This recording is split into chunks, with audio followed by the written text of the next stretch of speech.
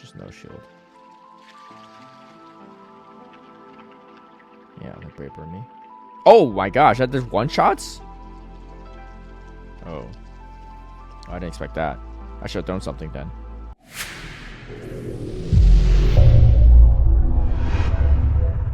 Hey everyone, I hope you're doing well. We are in the final week of this GBL season and we are in Catch Cup. I personally decided not to build anything new just because I want to save on resources, but this team has done really well for me despite the fact that they are definitely some budget picks. I even got all the way up to the 3400s with this team, and the team comprised of Chestnut, Skuntank, and Galarian Slowbro. Chestnut I did have to spend Elite TM on, but the main reason being is because I built it after January because I just didn't catch a good one during Community Day. Of course, you could definitely replace this with a lot of other grass types like Trevenant, Lurantis even. Lurantis not ideal, but it is definitely another option as well. The main reason you want to run Psychic on the Slowbro is because there's a decent amount of Gel Sense around, and you definitely want to have some type of coverage over it. Most times you won't really get to a focus spot anyway against a lot of the dark types. Before we get into the battles, a big shout out and thank you to all my patrons who've been supporting my content creation.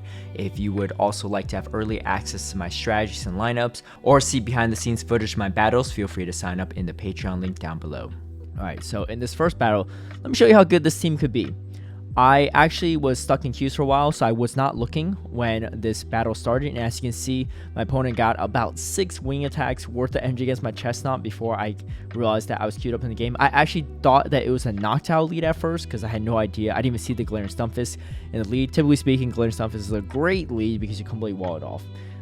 That being said, you know, it's my own fault. I wasn't lagging or anything, but I'm gonna do my best to see if I can come back into this matchup here. The debuff definitely helps a little bit here, but at this point, I think I'm just gonna let this go. I have no idea again what's in the back at this point, so I'm just going to finish it off with the Slowbro. And here comes a Galarian Stunfisk, and they didn't swap out here, which is interesting. And again, I had no idea what they had in the back. I didn't realize it was even the lead at this point in time. So I'm going to let the Earthquake go through. It does do quite a bit of damage, and then I do still get to the Frenzy Plant here, which is kind of nice, and they shield. So this is going to be interesting. So because they shield, they actually come in with their Lanturn here, and this makes a lot of sense because Chestnut is a core breaker for that team, especially in the lead here. I'm going to go straight away for the Psychic here.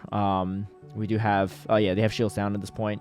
And right here, what I'm going to do is build to 2 Surfs. I know I went CMP with my Galarian Slowbro, so I'm going to throw, I think right when they got to Surf, or right when they doubled up, essentially. I just want to have a Surf ready for their Galarian Stunfisk. And as you can see, despite not even looking at my screen and being in double super effective wing attacks for a while, I was still able to come back from this one. Again, just shows how powerful Chestnut could be in the right situation. Now, speaking of the right situation, this is the wrong situation. Completely walled up by the Whimsicott, now counter swapped by the Galarian Stunfisk. They do shield here though, so I do get some value here. This is pretty good for me because I completely walled this off. However, the Earthquakes are going to start adding up. There's really no reason for me to shield here though, so I am going to build up a lot of energy before throwing this first Frenzy Plant. I could probably farm up a little bit more extra. No, I just decided to go for back-to-back. Yeah, I think I just want to save the health on Chestnut in case I need it for whatever's in the back. And then here's a Registeel. So this is kind of wild to me because Registeel weren't even in raids at this time. So someone had to really save research encounter or trade with someone that had a research encounter for the past 3 months. Pretty wild. I actually did not expect to see a Registeel at all. But yeah, I'm completely walled off here outside the surf damage, but I am also debuffed at this point. Focus Blast here would definitely been nice, but overall, I think the Psychic is still better for coverage. I am going to swap out to clear my debuffs though. And I'm going to start throwing some Frenzy Plants to start weakening this Whimsicott here. Actually does quite a bit of damage for resisted. I am going to force them to throw their energy, and they do throw a Moonblast here. But this gives me a lot of time to farm down the Whimsicott. Can we overcome this? I mean, we're pretty much hard countered in every single matchup here. But really just pivoting around and clearing debuffs really shows how strong this team is. I need to be able to hang on and survive a Zap Cannon, and Galarian Slowbro just barely hanging on. So again, the team very, very solid despite the budget picks here. Another reason why Chestnut's so good is because it completely walls off things, not only like Lanturn and Galarian Stunfisk, but also Dunsparce. My guess is this team is ABA weak to Chestnut. I think a lot of teams are, which is why I had quite a few solid runs. Of course, the matchup I showed against Galarian Stunfisk was one of the worst case situations because I was just literally away from my phone for a solid few seconds. But typically speaking, you see a Galarian Stunfisk lead, Lanturn lead, you have a really solid play because a lot of teams are APA weak to that Chestnut. Chestnut's an interesting one because it's double weak to flying, so it's super polarizing. It's really weak in some matchups, but really strong due to its typing in other ones. So my opponent is going to bait the Night Slash here, and that's fine. I think I maybe shield the second one. Yeah, I do shield the second one. We do correctly shield here, and they come in with the Water Gun Lanturn. And as expected, Chestnut lead was a huge core breaker, which is why they stayed in, and so they give me a lot of value here. And then I'm just going to throw back to red crunches, and then I actually just catch the move on my Chestnut here, just reducing the total amount of farm they can even have against me, and then I am forcing them to spend their final shield here. And at this point, I'm just gonna go straight for the Surf here. There should be close enough knockout. Yeah, it does knock out. Yeah, so that Surf coverage is really nice for that Galarian Slowbro, despite the fact that it takes super effective from Night Slash and Earthquake there. All right, Noctowl lead. This is pretty bad. You do have superpower for it, but overall speaking, it's a really bad matchup.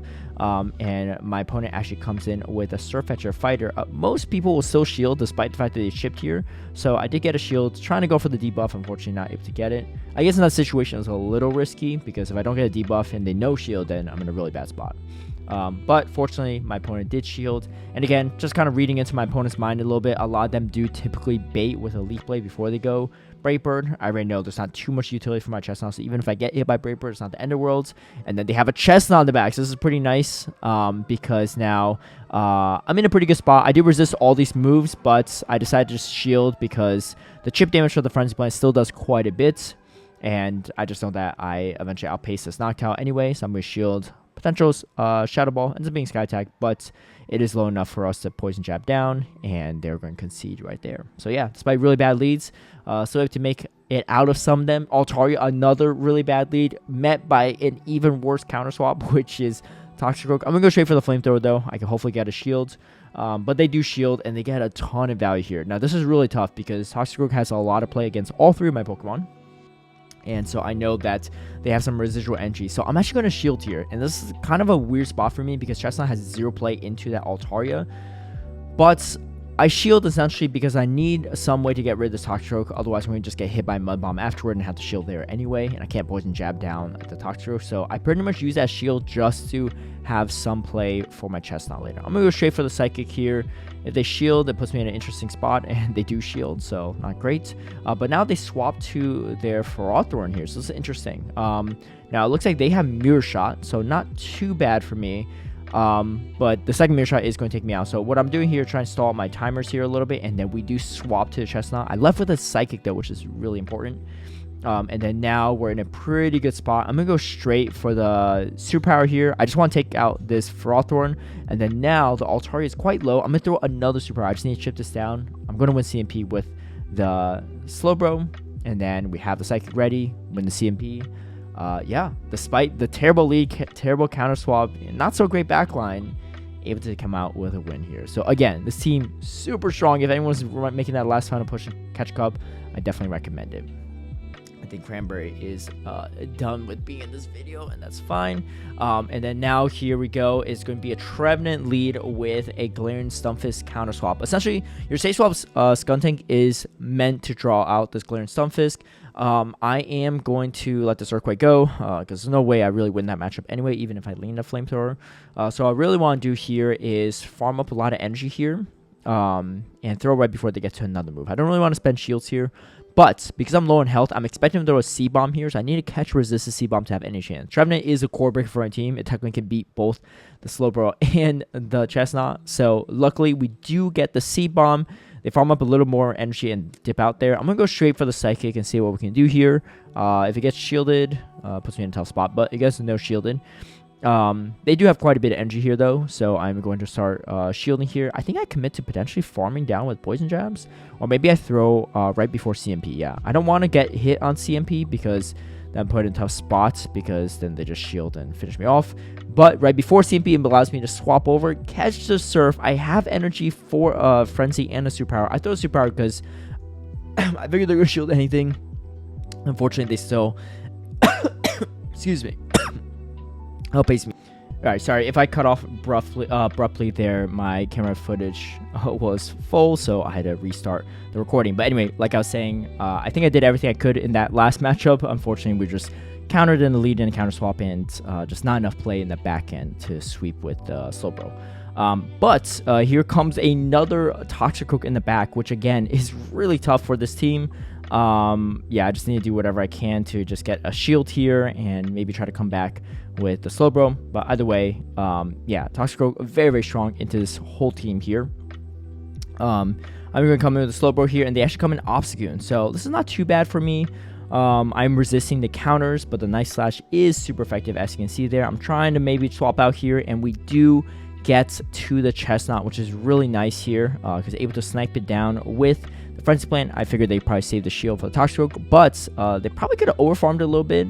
Maybe they got a little nervous. However, we have back-to-back surfs, and this is going to be pretty good for me because I still have a shield and able to poison jab it down afterward. Galarian Slowking. This is also not a great situation for me because most are running Hex, including this one, and Hex is going to be much better into the Slowbro. So definitely a Core Breaker in the lead for sure. I'm going to throw a Frenzy Plant just to chip it down a little bit and then try to catch a Shadow Ball. And it looks like we do end up catching a Shadow Ball, which is huge because that is going to be resisted, and this Slowking is getting much lower in health. They're going to throw a Surf here. And then I'm going to throw a Crunch to try to take this out. If we get this out of the way, it'll definitely be pretty solid for my team. And it ends up being a Alolan Ninetales and a great catch by my opponent to catch a Crunch on their Hawlucha. But here's the thing. Galarian Slowbro is quite the core breaker for Hawlucha and Alolan Ninetales. So the Slowbro should be able to close out this game for me here. They do have Aerial Ace, which does some decent neutral damage. I'm just going to double shield here. Main reason being Alolan Ninetales doesn't have anything that one-shots this Slowbro. So I'm going to go straight for the Psychic here. Let's go do a good chunk if it goes unshielded. And I think I just bring in my, I just bring in my Chestnut here to do some heavy hitting damage with Frenzy Plant, and it's enough to take out the Alolan Ninetales. Kommo-o. This is not a great matchup for me. I'm doing resisted Vine Whips and resisted Frenzy Plant. Superpower is okay, but the Dragon Tail damage just adds up really fast, and honestly it's pretty good into my whole team here. I go straight for the Crunch because I don't have the Sludge Bomb, so I just need to do whatever I can, maybe get a debuff there. I could have potentially built to Sludge Bomb, but as you can see, the Dragon Tails just did so much damage, and getting the debuff early probably would be a little bit better for me. Yeah, it's supposed to be a really tough spot here because I don't really know what I can do here. And they have a Sneasel in the back, Hisuian Sneasel. Yeah, so this is not great for me. I'm going to go for the Surf Bait here. Probably should have just gone for the Psychic. But yeah, as you can see, they no shielded, and this is going to be tough for me because I do live the X-Sister to get this Surf off. But I'm still down a shield, and my Chestnut has nowhere to go. And as you can see, really nowhere to go. Galarian Slowbro. So triple counters to Chestnut on the back is definitely not a great time for my team there too. That's just kind of a tough lead with kind of really tough backlines. All right, Lanturn lead with a safe swap, Galarian Stunfisk. Like I said, this Chestnut is a huge core breaker for a lot of teams. And what I did there is I purposely shielded an Earthquake. Main reason being is because it actually does a decent amount of damage, even though resisted. And I want to save as much health as possible for the Chestnut for that Lanturn. So yeah, I had to spend a shield in a very positive matchup, but I think it's going to go a long way still. And then they come in with the Patterson Alolan Ninetales. I'm going to throw a Superpower just to chip it down quite a bit. We do grab a shield, which is kind of nice. But yeah, this is just a really tough matchup for my opponent here. They're even running Water Gun, so they get to those charge moves even slower. But we still have the Galarian Slowbro in the back here too for that Alolan Ninetales. And so that's definitely going to be a good time for me. And we're also on even shields. And yeah, able to finish this off. And then the Poison Jabs are really adding up against the Alolan Ninetales. And I come in Slowbro here. Nothing they could throw one shot. So I'm just going to no shield the first Weather Ball. And then we just Poison Jab down. They are going to concede right there. And going into this Scrafty here, I believe it's the final matchup here. And Scrafty is an interesting one. You're going to see a decent amount of Scrafties in Catch Cup, at least based on my experience, because Scrafty were spawning in quite a few spots for this last event. I'm going to throw a Superpower here, and then swap out to catch a Power Punch on my Skuntank. So absorbing that damage here, especially after getting debuffed. I still have a Superpower loaded, so that's going to be pretty nice for me. We do get hit by another Superpower, or another Power Punch, and a great catch from my opponent, actually to catch a Flamethrower here too. Really good timing. I mean, it was kind of, I was way over energy, but really good on them to catch that. And then now we're going to throw the Crunch here. Does a decent amount of damage. We do have a shield advantage, which is nice. But our Chestnut is kind of low. And I decided to shield a potential Thunderbolt. If it's Surf, I could tank one. So that's exactly what I'm going to do here after the first one. I think it's smart playing my opponent to guarantee they get some damage here. I do Mind Whip all the way down, and I come in with my Slowbro, and we're met with a Jellicent. This is the main reason why you want to have that Psychic, so you're not completely walled off by this Jellicent. I was thinking Focus Blast again is kind of overkill on Galarian Slowbro because it's really hard to land in general. We grab a shield from my opponent, which is really... Or sorry, I have the shield here, but we grab a shield here, which is really nice because, as you remember, I have a lot of energy on my Chestnut. Yeah, so I have a Frenzy and a Superpower stored up. We're going with CMP over this Scrafty. I guess they didn't even have the move yet, and able to close it out. So even a Scrafty leads is pretty solid. I want to say this is the best team in the world for Catch Cup, but for those that already have some of these Pokemon made, definitely worth trying out. It's able to go toe-to-toe against a lot of the meta teams, and honestly, a lot of my losses were to some teams that weren't very meta, a lot of Toxicrooks, some Kommo-o teams in general. So if you're facing meta, this team is actually not too bad. Best of luck in your final days for this season. I hope you all hit the rank or the next milestone you are looking to hit, and hopefully we get some nice updates come June 1st. Thank you all for watching. If you like this video, feel free to give it a like and share, subscribe for future content, hit that notification bell to get alerted right when I post a new video, and I'll catch you all next time.